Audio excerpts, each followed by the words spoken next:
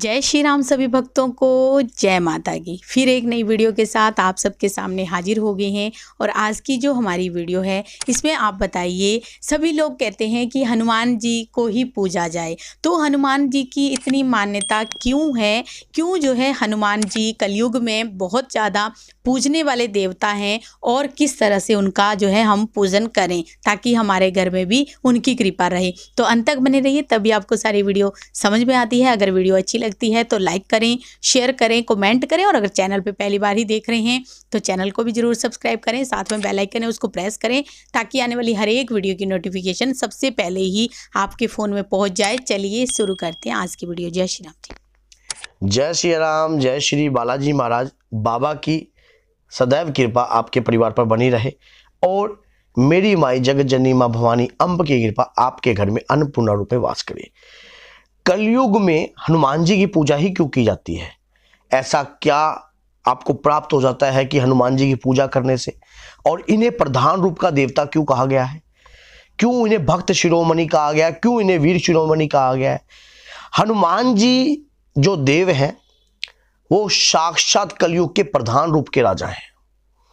प्रधान रूप का राजा मतलब यह है कि कलयुग में जब कलयुग का पूर्ण रूप का प्रकोप जो है इंसान के ऊपर होगा, चरम सीमा पे कलयुग होगा, तब हनुमान जी की पूजा करने मात्र से ही आपके समस्त दुख जो है दूर होंगे। कलयुग में बड़े छोटे की इज्जत नहीं होगी, घर में मर्यादित नहीं रहेगा कार्य। कलयुग के अंदर घोर कलयुग छा जाएगा, तब हनुमान जी की कृपा ही आपको बचा पाएगी।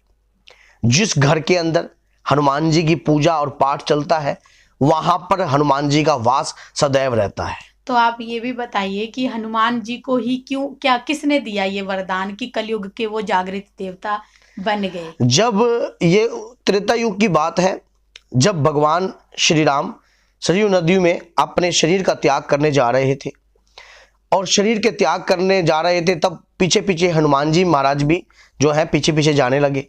तब राम जी ने उन्हें तुरंत रोक दिया। जब उन्होंने देखा कि भरत भैया, शत्रुघ्न भैया और साथ में प्रभु श्री राम सरयू नदी में अपने प्राणों को त्यागने जा रहे हैं, और उस दौरान हनुमान जी भी जब सरयू नदी में पैर रखने लगे, तो प्रभु श्री राम ने तभी कहा कि आप कहाँ जा रहे हो बजरंगबली? आप तो कलयुग के राजा हो, कलयुग में आपके नाम की तो महिमा गाई जाएगी। तब हनुमान जी महाराज ने विनय प्रार्थना से कहा कि हे प्रभु, मुझे किसी प्रकार का यश और गुणगान नहीं चाहिए। मेरा जीवन आपकी सेवा के लिए हुआ है, और आपकी सेवा करने का ही भार मेरे जीवन में चाहिए मुझे, बस, और मुझे कुछ नहीं चाहिए। तब वहां पर प्रभु श्री राम ने कहा कि कलयुग तेरे नाम है, ये मेरा वरदान है। कलयुग तेरे नाम है, त्रेता युग में तूने मेरी पूजा करी है, और द्वापर युग में भी मैं तेरे लिए आऊंगा और कलयुग तेरे नाम दूंगा। साक्षात प्रमाण है, जो हनुमान जी की पूजा करते हैं, प्रभु श्री राम की कृपा और माता सीता की कृपा उनके घर में सदैव रहती है, क्योंकि उन्हें भक्त शिरोमणि भी कहा जाता है। भक्ति उनके जैसी अटूट भक्ति इस संसार में कोई नहीं कर सकता, ना ही किसी ने करी है। भक्त शिरोमणि, वीर शिरोमणि, उनके जैसा बलवान इस संसार में कोई नहीं है। तो जब हनुमान जी की पूजा करने से क्या क्या लाभ जो है भक्तों को होते हैं, थोड़ा सा ये भी सबसे पहली बात, कोई भूत पिचास निकट नहीं आवे, महावीर जब नाम सुनावे। भूत पिचास, डंकनी, शंकनी, यश, गंधर्व, किसी भी प्रकार की अभद्र शक्तियां निकट नहीं आती अकेला महावीर के नाम मात्र से ही, क्योंकि इनका जो दूसरा जो नाम है भक्त शिरोमणि और वीर शिरोमणि, मान लो वीर बजरंग बली, मान लो जब वज्र जैसा इनका शरीर है कठोर, कहते हैं कि जब मान लो जामवत जी ने इन्हें इनका बल याद दिलाया, तो उस समय, और जब इनको बल याद नहीं आ रहा था, तभी इन्हें ये लग रहा था कि मैंने माता सीता, मन में इच्छा है बहुत कि मैं माता सीता के दर्शन भी करूं और प्रभु श्री राम के काज भी संवारूं। तब जामवत जी ने कहा कि हे हनुमत, उठिए, जागिए प्रभु, जागिए, आप वही हो जो बचपन में बाल समय रवि बख्श लियो जब तीनों ही लोक भयो अंधियारो, कि आप वही हो जब बचपन में बाल समय में सूर्य को अपना फल समझकर आप मुख में ले गए थे और तीनों लोकों में घोर अंधियार आ गया था।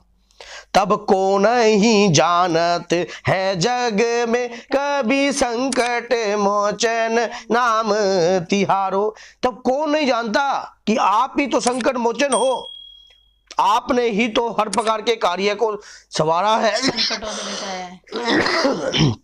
प्रभु श्री राम की जो अटूट कृपा है वो आपके ऊपर ही तो है। तब भी हनुमान जी को उनका बल याद नहीं आया, मन में विकराल रूप उठने लग गया कि मैं इस कार्य को करूं। लेकिन जैसे ही कहा कि हे पवन पुत्र जागिए, आपका जन्म प्रभु राम के काज के कार्य के लिए ही हुआ है, तभी हनुमान जी ने विकराल रूप लिया। जय श्री राम। इतना विकराल रूप धारण करते ही जामवंत जी कांप गए, अंगद कांप गया, नवनील कांप गए कि हनुमान जी के अंदर तो अतुलित बल है, इतना बल है, इस बल की कोई सीमा नहीं है। तो इन्हें वीर शिरोमणि भी कहा जाता है। तो भूत पिचास निकट नहीं आवे, महावीर जब नाम सुनावे। अब क्या होता है हनुमान जी की पूजा करने से? नासे रोग हरे सब पीरा, जपत निरंतर हनुमत बीरा। मान लो कोई रोग दोष बीमारी कोई निकट नहीं आएगी, दीर्घायु रहता है आदमी, शरीर के अंदर विकार उत्पन्न नहीं होता। हनुमान जी की पूजा करने से आपका शरीर जो है स्वास्थ्य वर्धक हो जाता है, निरोगी रहता है। आपके ऊपर हनुमान जी की कृपा उत्पन्न हो जाती है। थोड़ा खांसी ज्यादा हो रही है आज, पटाखे बहुत चलाए हुए लोगों ने, जैसे उससे तो उसी कारण जो है आपके, अगर आप हनुमान जी की कृपा प्राप्त करना चाहते हो तो नित्य 11 पाठ हनुमान जी के करने लग जाइए। नित्य एक नियम बना लीजिए, आपने 11 पाठ हनुमान चालीसा के करने हैं। हनुमान चालीसा स्वयं में एक सिद्ध मंत्र है। हनुमान जी की कृपा प्राप्त होगी, कलयुग में होगी, और कलयुग में इसी देवता की पूजा कीजिए, भटकिए मत। और देवता चितना धरिए, हनुमत से ही सर्व सुख करिए। कौन कह रहा है इस बात को? कौन कह रहा है? गोस्वामी तुलसीदास जी, जिन्होंने साक्षात हनुमान जी को देखा है, दर्शन जो सिद्ध है स्वयं, उनकी लिखी हुई हनुमान चालीसा स्वयं हनुमान जी ने सिद्ध की है। हनुमान जी ने स्वयं कहा है कि जो हनुमान चालीसा, जब गोस्वामी तुलसीदास जी ने इस बात को लिखा कि जो 7 बार पाठ कर कोई, छूटी बंदी महा सुख होई।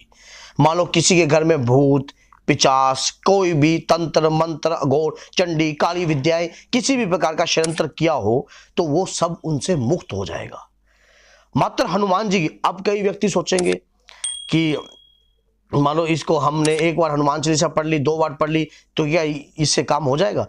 ओ भैया, आप एक बात सोचिए, हनुमान जी कोई छोटी मोटी शक्ति तो ना है, ब्रह्मांड की शक्ति है। जब उन्होंने अपना विकराल रूप लिया तो समुद्र भी थर थर थर थर कांपने लग गया था, पहाड़ों पे पैर रखा तो पहाड़ अंदर धंसने लग गए थे। इतनी विकराल शक्ति को जगाने के लिए पहले अपने आप को जगाना पड़ेगा। कंटिन्यू 11 पाठ डेली का नित्य नेम बना लीजिए। कोई भी व्यक्ति अगर आपके परिवार के ऊपर कुछ भी करने की सोचता भी है या कोई ऐसी चेष्टा भी करता है तो वो कर भी नहीं पाएगा। क्यों? हनुमान जी जब जाग जाते हैं ना तो उसके घर की स्वयं रक्षा करते हैं, और प्रभु श्री राम का स्वयं उनके ऊपर आशीर्वाद है। माता सीता का भी, ना तो उस घर से कभी लक्ष्मी रुष्ट होएगी, ना किसी प्रकार के उसके घर के कोई पितर बांध पाएगा, क्योंकि हनुमान जी कभी भी बंधन में बंधने वाले देवता नहीं है। कलयुग में इन देव की पूजा करने से आपको समस्त सुखों की प्राप्ति हो सकती है। हर प्रकार के सुख आपके घर में वास कर सकते हैं। आपके बच्चे आज्ञाकारी होंगे, क्योंकि मर्यादा पुरुषोत्तम प्रभु श्री राम उनके इष्ट देव है, उनके आराध्य देव है। और जिनके इष्ट देव इस प्रकार के हैं जो हर कार्य को मर्यादा में रहकर करते हैं, तो आप जब उनके चरित्रों के बारे में गुणगान करोगे, जानोगे, हनुमान जी के चरित्रों के बारे में गुणगान करोगे, तो प्रभु श्री राम के चरित्रों के बारे में गुणगान करोगे, तो आपके अपने आप ही आपके बच्चों में मर्यादा उत्पन्न होने लग जाएगी। हनुमान जी की पूजा करने से समस्त सुखों की प्राप्ति आपको प्राप्त हो सकती है। सिर्फ 11 पाठ रोज अपने बच्चों के, या सुबह शाम आप कीजिए, या पूरे दिन में 11 पाठ कर लीजिए।